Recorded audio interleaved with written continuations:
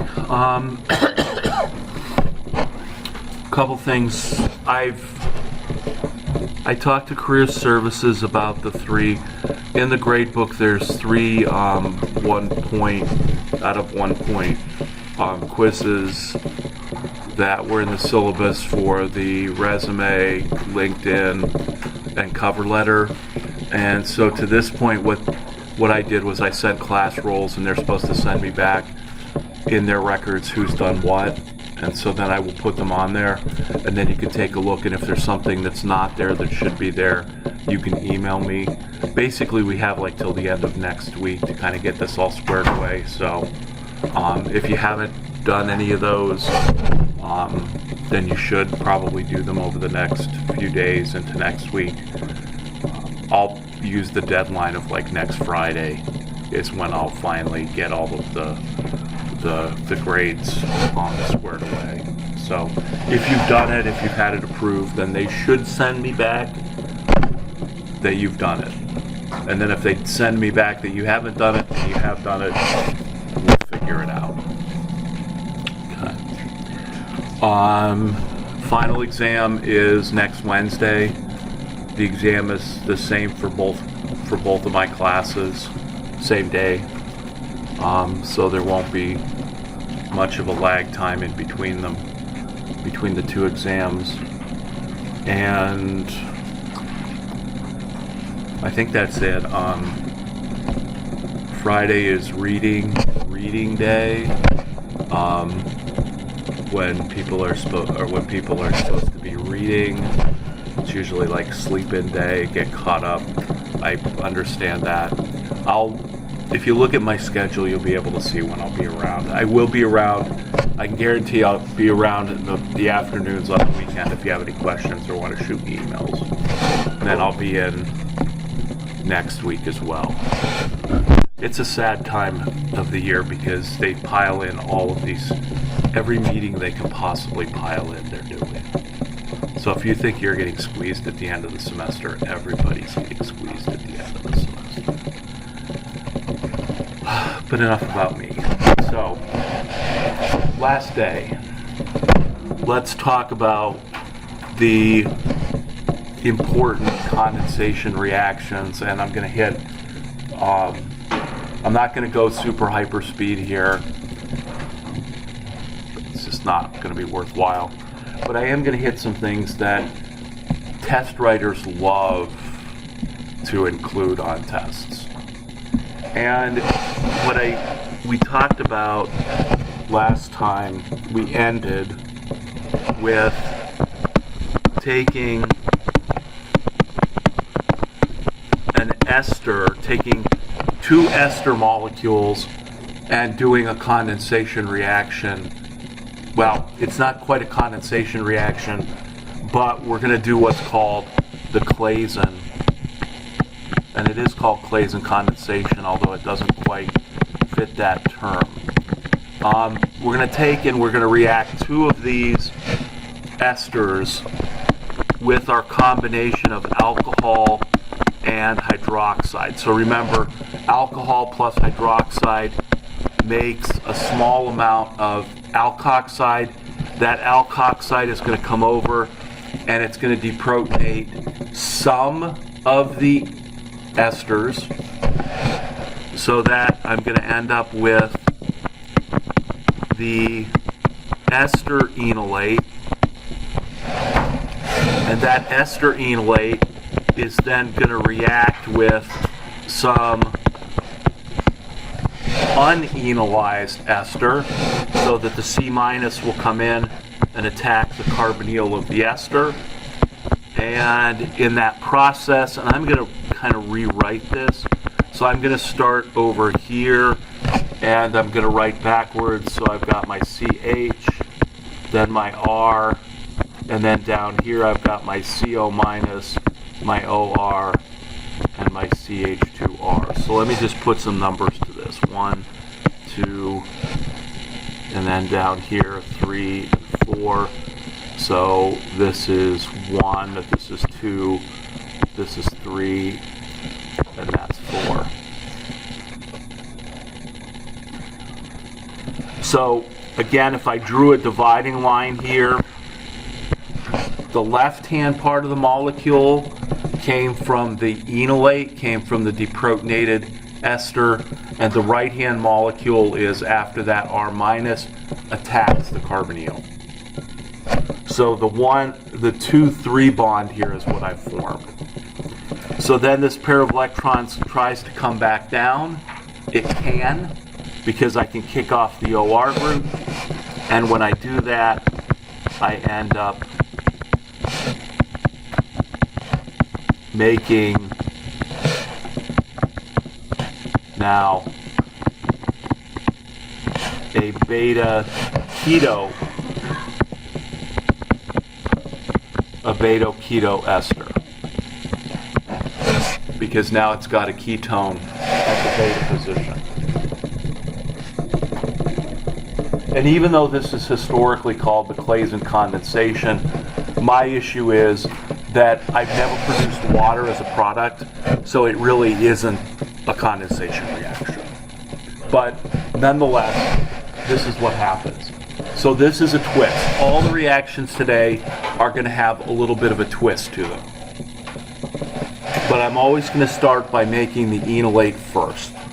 All right? I mean, I said that half a dozen times on Monday. That's what I'm going to do. Make the enolate, react it with something, and then look at that individual case. In this case, bring the pair of electrons back down, kick off the OR group.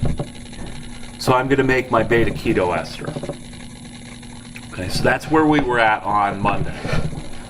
Now I want to take this beta keto ester and I want to do a couple other things to it. So I'm going to rewrite, if I can, that beta keto ester over here.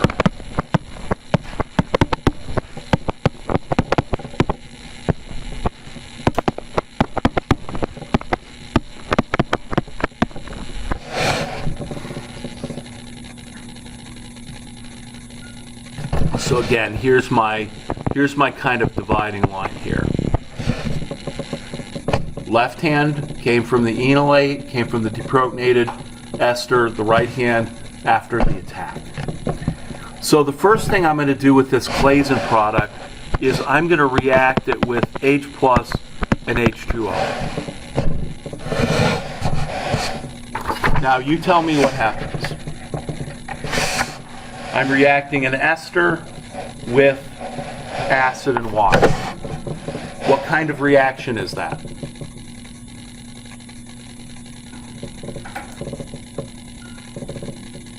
Starts with H. Hydrolysis. So I'm going to do a hydrolysis reaction here. And so what functional group am I going to make? The ester is going to be turned into a carboxylic acid. Okay?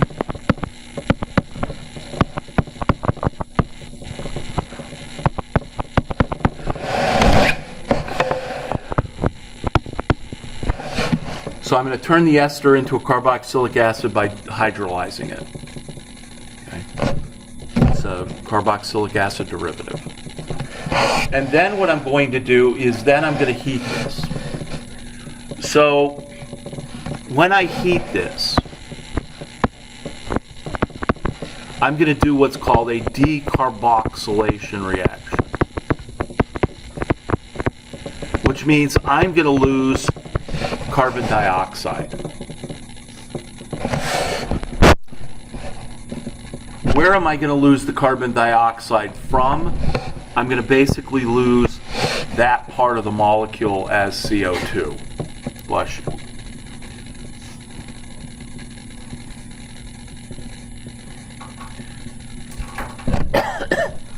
Now, does this happen with all carboxylic acids?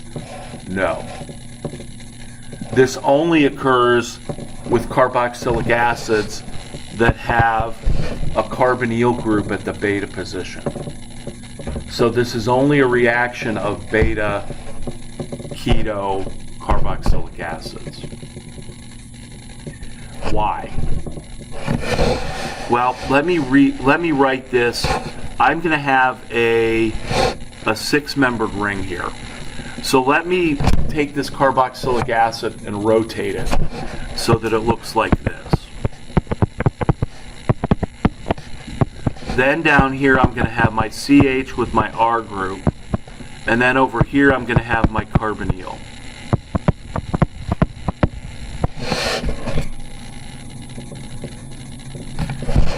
So the first thing that I notice is that if I make that rotation, I can form an intramolecular hydrogen bond that forms a 6-membered ring. And that's critical. So in other words, I have to have the carbonyl group in the beta position to be able to form this conformation of the molecule. And now what's going to happen is, now I'm going to move the pair of electrons and I'm going to cleave that bond. So let's see how we can do that. Let's move this pair of electrons here. Let's break this bond and give this pair of electrons to the carbon. Well, actually, maybe I should do it the other way. Erase. Normally we can go in two directions, but let's go in the right direction. How about this way? Let's move the pair of electrons from the OH to form the CO double bond. Then let's break this bond and move it over here to form a carbon-carbon double bond. And then let's move this pair of electrons from the carbonyl up to form the OH bond.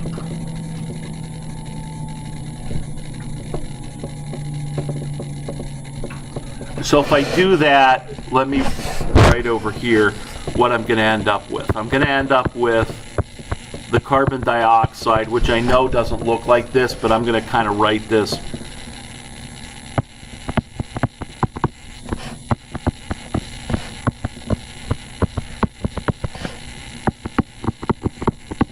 So I'm going to write the two molecules in their final form after that reaction occurs. So I've just made a molecule of CO2. What's this? What's this molecule over here called?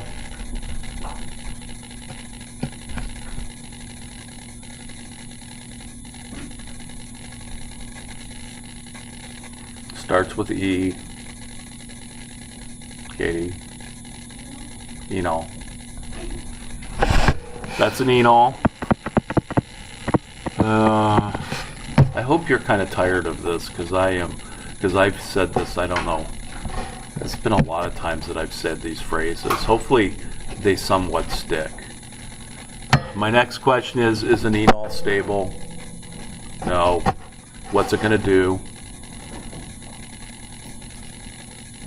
It's going to tautomerize to form, in this case, the ketone. So, in other words, this molecule is going to tautomerize so that this hydrogen, if I move my pair of electrons, I can again do this. That hydrogen comes down here.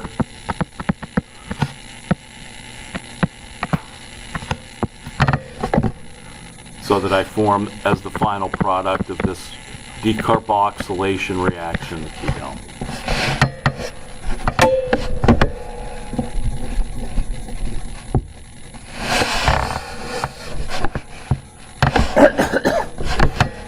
So let's just take a step back here. What I did was I originally did a Claisen condensation to form the beta keto ester. I then decided to hydrolyze that ester to form basically a beta keto carboxylic acid, which is this molecule. And then because that's a beta keto carboxylic acid, if you apply heat to it, you can decarboxylate it and remove the CO2 to then form the ketone. So that's a step that normally happens after the Claisen. Normally we do a Claisen, we hydrolyze, we decarboxylate. And like I said, my impression is that people who write exams, particularly here people who write ACS exams, are somehow fixated on decarboxylation reactions. So is there a high probability that you might see one next week? I think so. So it's a reaction to keep in mind, but it only occurs with beta keto carboxylic acids, because this sort of intermediate has to form that 6-membered ring. So that's what happens when you see heat in the midst of all these reactions. Okay, does that kind of make sense? All I'm doing is throwing in, we're making a twist and we're throwing in kind of a new reaction here.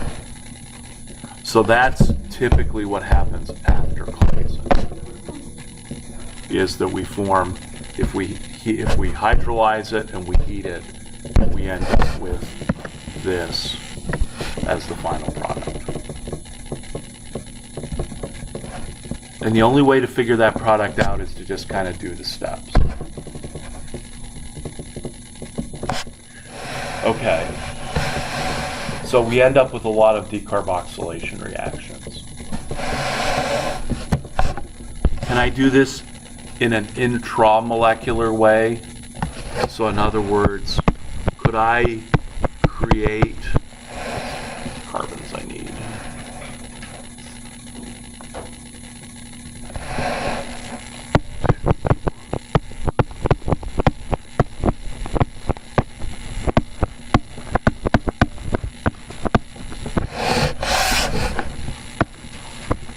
So here you might see, as the reagents, you might see, well, first I'm going to react this with alcohol and hydroxide. Second, I'm going to react it with H plus H2O. And then third, I'm going to apply heat. So you might see all of these reagents in a line. So if we apply them one at a time, this reaction is going to do an intramolecular Claisen. So I'm going to say remember, alcohol and hydroxide makes an alkoxide. It's going to deprotonate an alpha carbon. Since this molecule is symmetrical, it doesn't matter whether I deprotonate either one of those alpha carbons. So if I do that, let's say I'm going to form this, and then there's a CH2, CH2, CH2. I'm going to put numbers in here because I'm going to get confused.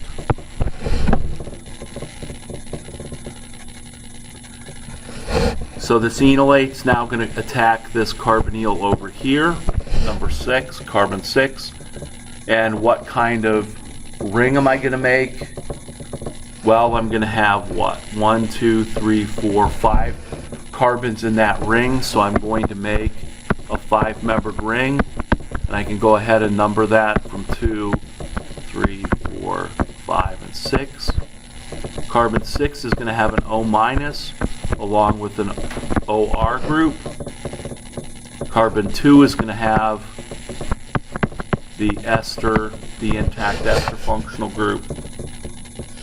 And so I'm going to make a 6-membered ring. Now what's going to happen? What? What did I do wrong? I'm just getting confused looks. Katie? It's a 5-membered ring. Did I say 6? Yeah. It's 5.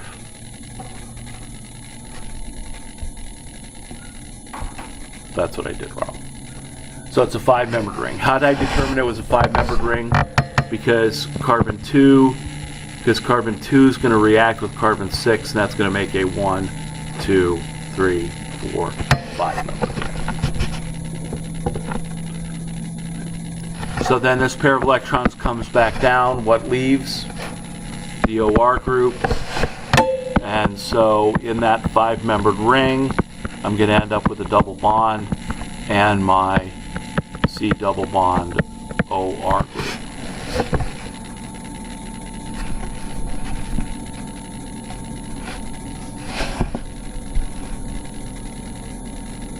And are there practice problems to do? Are there practice problems here? Yes.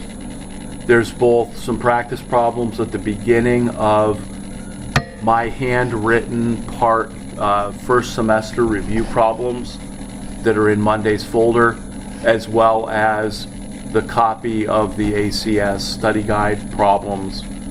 They'll ask you all of these reactions we're talking about today, so if you want to practice them in a multiple choice format, you can do that. And also there's top hat problems in chapter 26 for extra credit. So here's my product. Then I'm going to say, okay, let's react this with H plus and H2O, and I'm going to hydrolyze my ester to now form the carboxylic acid. So again, I'm going to end up with a 5-membered ring, a ketone, and now the carboxylic acid. And now I'm going to apply heat to this, and what's going to happen?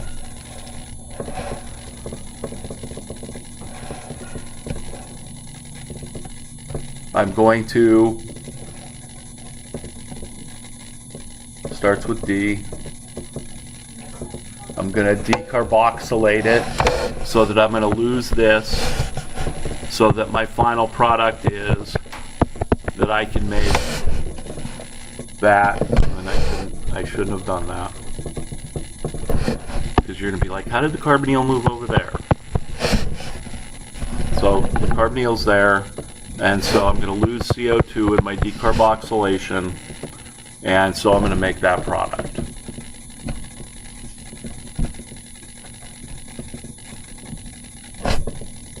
Doesn't look right in all these steps. If you go, oh, well, I'm going to react this and I'm going to end up with that, I don't know that that's going to be a direct connection you're going to be able to make in your head. But if you go through and make the ring first, then anytime you're hydrolyzing and heating, that ester group is going to become a carboxylic acid and decarboxylate, so you can just kind of get rid of it. That's going to be that step. So whenever you hydrolyze an ester and decarboxylate it, as long as there's a beta keto group there, it's going to decarboxylate.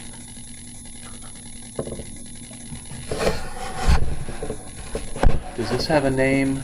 Yes. This has a name. This is called Dieckmann Condensation.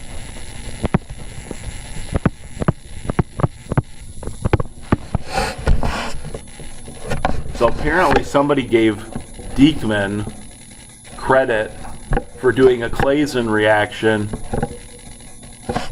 on a diester to make the ring. It wasn't good enough to say, oh, this is a Claisen, we have to give it another name. So this is Dieckmann condensation. Are those names important? The product's important, and how to get to the product is more important than the name. But this is Dieckmann condensation. Again, it's not a condensation, but that's the name. So is that a useful reaction? Actually, it is. I mean, you can take a chain, open chain molecule and make a ring out of it. That's pretty good. That's probably why Dieckmann gets credit for it, is because this is an easy way to make a or a cyclic ketone. And then if you take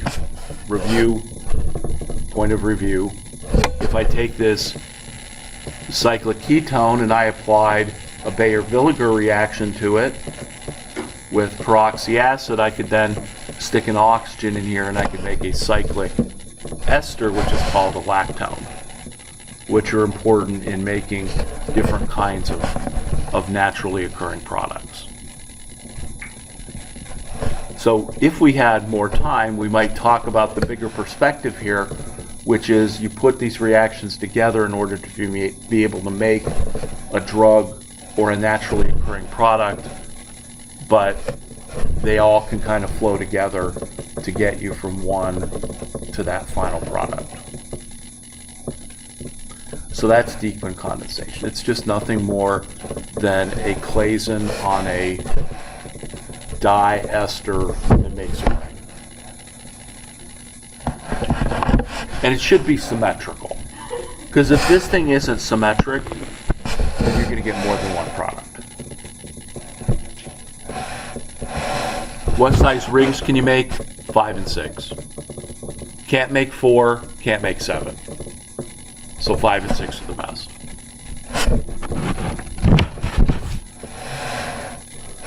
Okay. Next. All these are just little twists.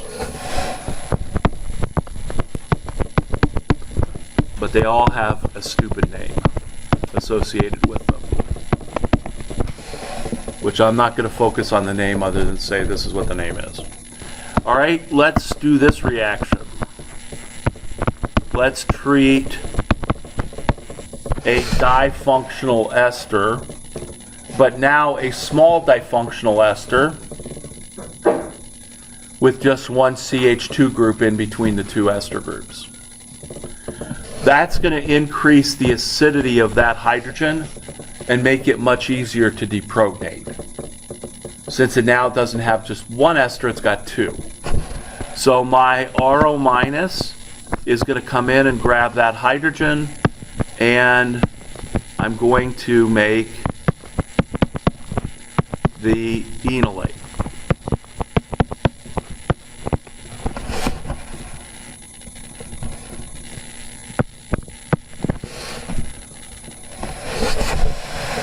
What can I do with that enolate? I could do lots of things. I could react it with another carbonyl. That's too complicated. How about we just react this with an alkyl halide? So on Monday, we said, okay, if you make it, we didn't say that, I said it. If we make an enolate, we can just react it with an alkyl halide, and we can alkylate it. So let's alkylate it with any kind of alkyl group you want, as long as it's primary. And so what am I going to get? I'm just going to simply alkylate that alpha carbon. A good reaction, but let's take it further. So by taking it further, let's do this. Let's react this with H plus H2O. So if I now react this with H plus H2O, I'm going to hydrolyze both esters. And so I'm going to end up now with a dicarboxylic acid that again has been alkylated at the alpha carbon.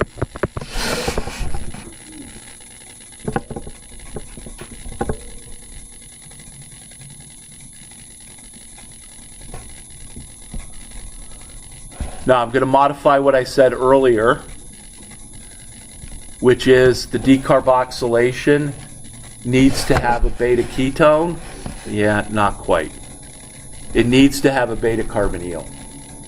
So if you're going to decarboxylate a carboxylic acid, if you're going to remove it as CO2, you need to have a beta carbonyl. Could it be a ketone? Could. In this case, my beta carbonyl is part of a carboxylic acid. So that I can do the same thing that I did earlier. If I wanted to, I could flip. I could move my carbonyl on the left into this position.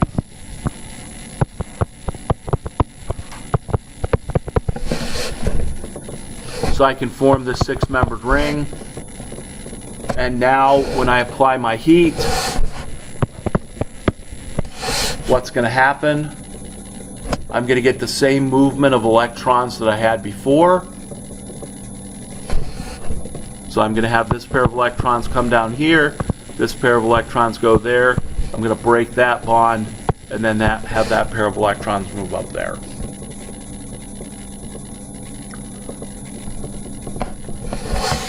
So I'm sort of amending what I said before. As long as you have a carbonyl in your beta position, you can form this 6-membered ring, and the molecule will decarboxylate. In this case, one CO2 is going to leave, and leave the carboxylic acid on the other side. So when I decarboxylate this, I'm going to end up losing the molecule on the left is CO2, and then I'm just going to end up now with this molecule. I'm going to end up with the R, the CH2, and the carboxylic acid. So that's going to be my final product, plus then my CO2.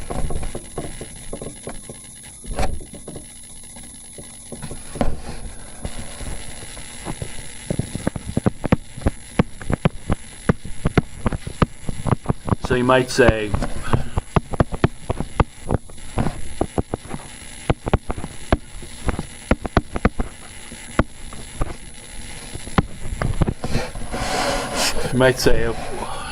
who cares? Good question, you for the next week. You need to care for the next week. Then after that, that's a personal decision on your part. I would continue to at least moderately care about it, because if you take biochem, you're going to start with carbonyl chemistry, which is why carbonyl chemistry always comes at the end of the semester, because it's the most important stuff we do. But here's the overall scheme of things. I can put any R group I want here and make any carboxylic acid by using this synthesis. So if I start with this, I have a choice of any R group that I want, as long as it's primary. That might not be much of a choice, but it is. And so in the end, if I wanted to make a carboxylic acid that looks like this, I can put any R group I want there by going through this synthesis. And this is called the Malonic Ester synthesis, which is kind of a deceptive name, because usually when we talk about something synthesis, we're making it. This original molecule, this is a malonic ester. So we're starting with malonic ester, and we're making any kind of alpha substituted carboxylic acid I want. Again, as long as R is a primary alkyl group.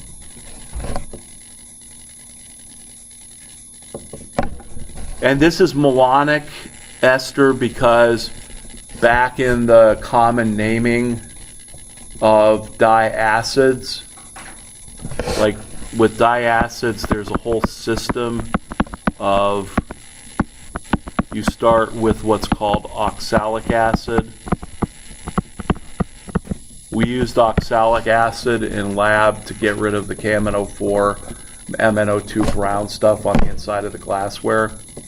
We use oxalic acid, and then it goes, then the 3-carbon acid is malonic, and then let's see, okay, so there's a way to remember this.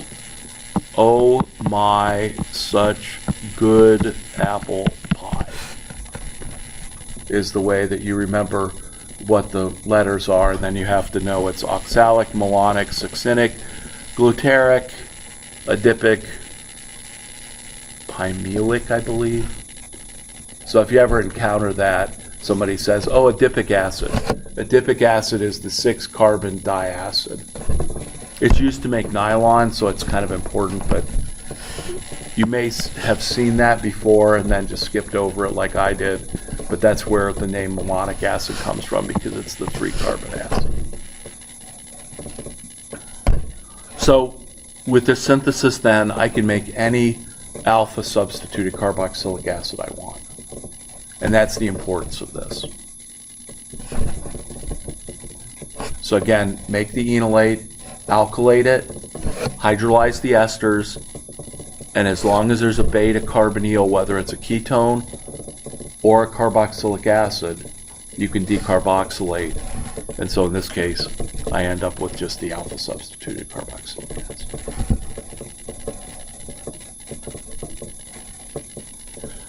Okay.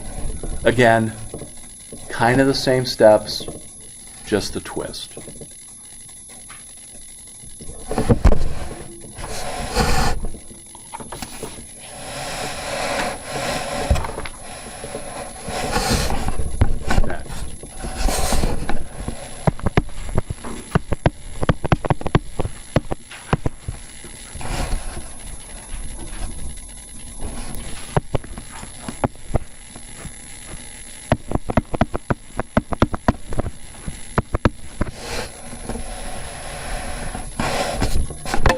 Okay, this is what kind of a ketone?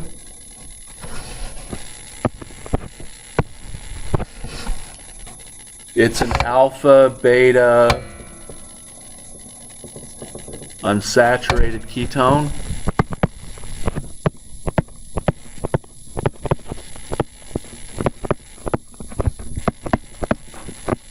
If we were in full-blown review mode, I would say, how do you make this? And you might say, I do an aldol condensation and lose my water, and I always make an alpha beta unsaturated, either ketone or aldehyde. So this could come from an aldol condensation reaction. Could come from putting a bromine at the alpha position and just eliminating HBr. But I have this alpha beta unsaturated ketone. Review time.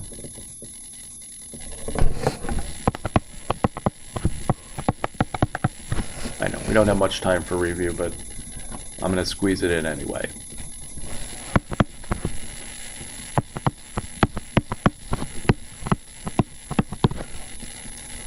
This goes back to last week.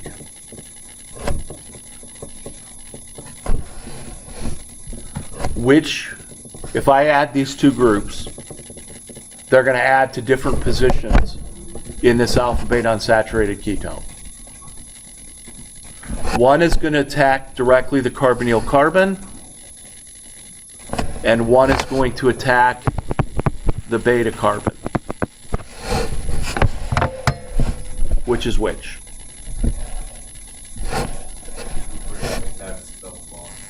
The cuprate attacks the beta carbon of the double bond, and then the organolithium attacks the carbonyl.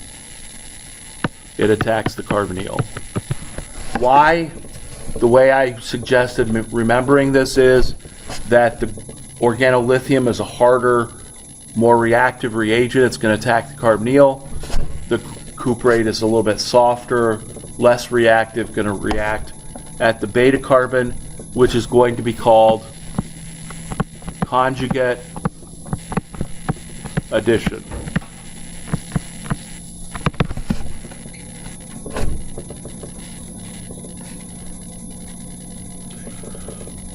Why bring that up? Well, because it's always a good time to review. Notice that by me writing this down, the review part is going to come with you after class, before the final. That's my point of reviewing, is to write it down so you can, so remember that. Okay, why do I care about this? Well, I care about this because what am I going to do? If I have this molecule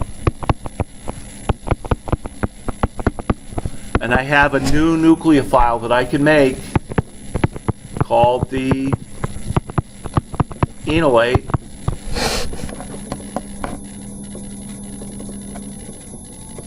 what's the enolate going to do? That's a rhetorical question. I will answer it. Is the enolate going to add to the beta carbon, or is the enolate going to add to the carbonyl? And the answer is, if it was going to add to the carbonyl, there'd be nothing new. So it's got to add to the beta carbon. So enolates will then add to the beta carbon. So let's try and figure out what happens here. My enolate adds to the beta carbon. This pair of electrons moves over here. That pair of electrons moves up to the oxygen. So I'm going to rewrite my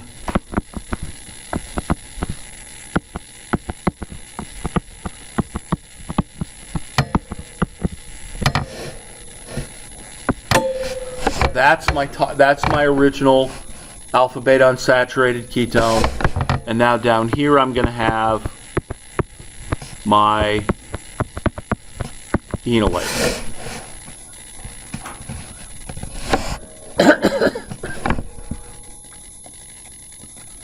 So enolates attack the beta carbon of an alpha beta unsaturated ketone, which means that enolates aren't very strong nucleophiles, although you could say, but on Monday they attack the carbonyl, but in an alpha beta unsaturated they're going to go after the beta carbon.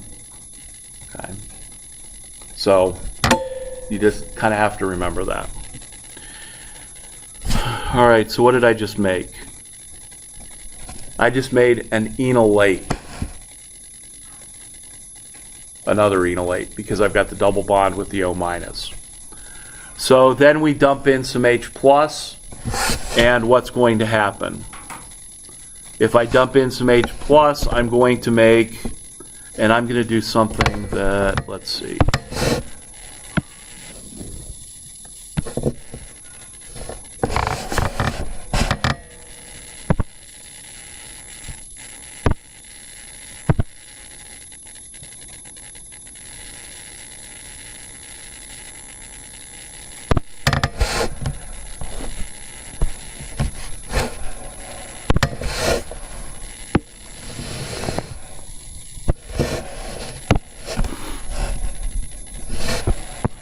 That helps me, that doesn't necessarily help you.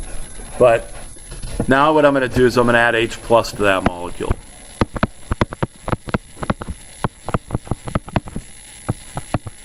So I'm going to make my enol.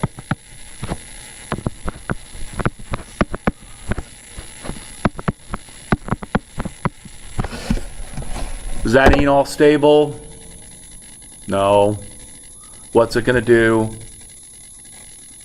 It's going to tautomerize to form the ketone. So I'm going to end up with a molecule that looks like this. And I'm going to start down here, and I'm going to try and write it linearly.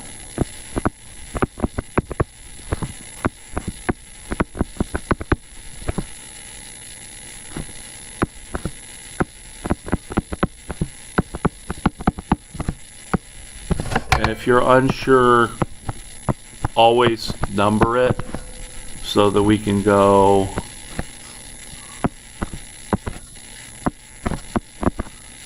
make sure that we don't add a carbon or subtract a carbon. So there's going to be the final product, where the left-hand part came from the enolate and the right-hand part came from the alpha beta unsaturated ketone, and this was the original beta carbon.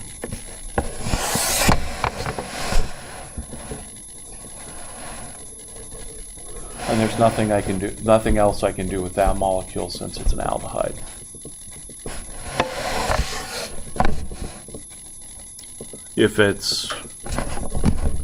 There's nothing else I could do with it, because even if these two guys were esters, there's no beta carbonyl to decarboxylate. So this alpha beta unsaturated addition of an enolate is called a Michael addition.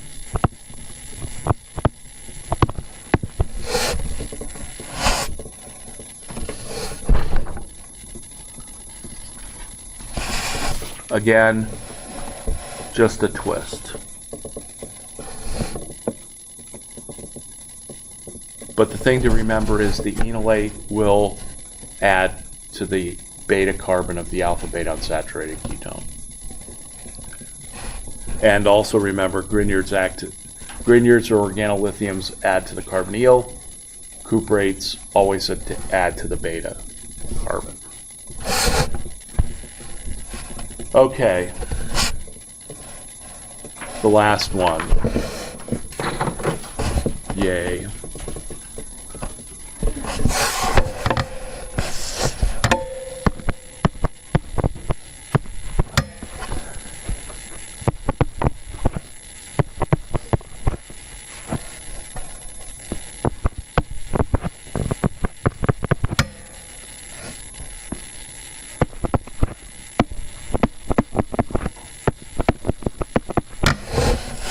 Let's start with a cyclic ketone. Now, I've made this unsymmetrical, so my combination of base alcohol to form my RO minus, which hydrogen am I going to deprotonate? HA or HB?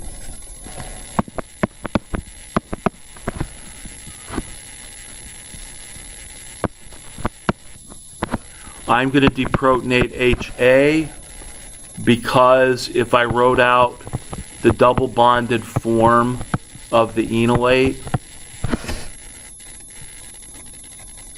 that double bond would be more substituted.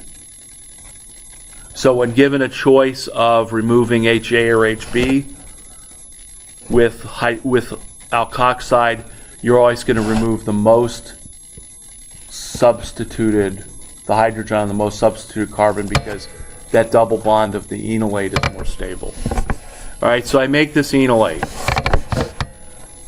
Now what am I going to do? Now I'm going to react this with an alpha beta unsaturated ketone. This is an enolate, so it's going to react alpha beta.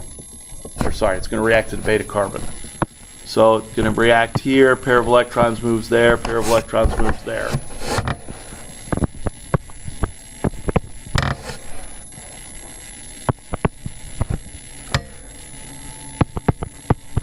So I'm going to number these because I'm going to get lost. So now I'm going to have carbon 1, carbon 2, and carbon 3. So 1, 2, and 3. So when I react that with the alpha beta, if I reacted at the beta carbon, I'm going to end up with the enolate, and the enolate's going to come back down to form the ketone. So if we go back and look at the previous molecule, all you end up doing when you add to the beta carbon is you end up adding that group to the beta carbon, and then the ketone comes back into play. So now I've added a group onto this ring. So what? Yeah, so what? So now what's going to happen is this. Now I'm going to treat this with another, I'm going to, first of all, change that R group to a CH3. Because it would have to have at least a CH2 group on it. So now I'm going to treat this with another equivalent, or it's going to react with more of the alkoxide. And what happens then is that hydrogen is now going to be removed from that new carbonyl that I just added to the system. So now I'm going to end up with this.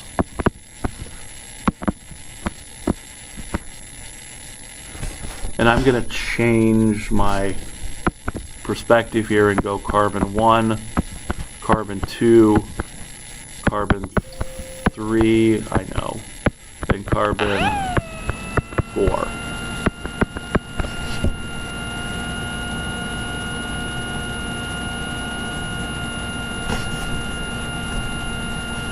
because now you can kind of maybe get a sense of what's going to happen next. So what's going to happen next is this is going to come in and attack that carbonyl, the original carbonyl on the ring.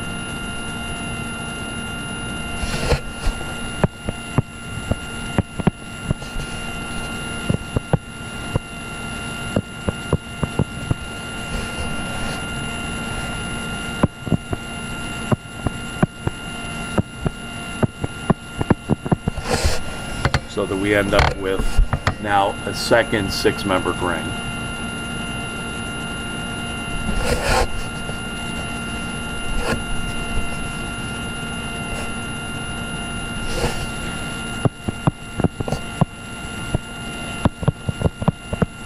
Final step of the year.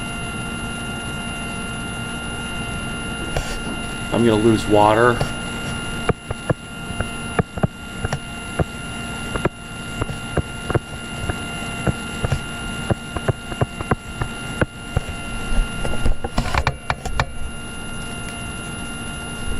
And form that double bond.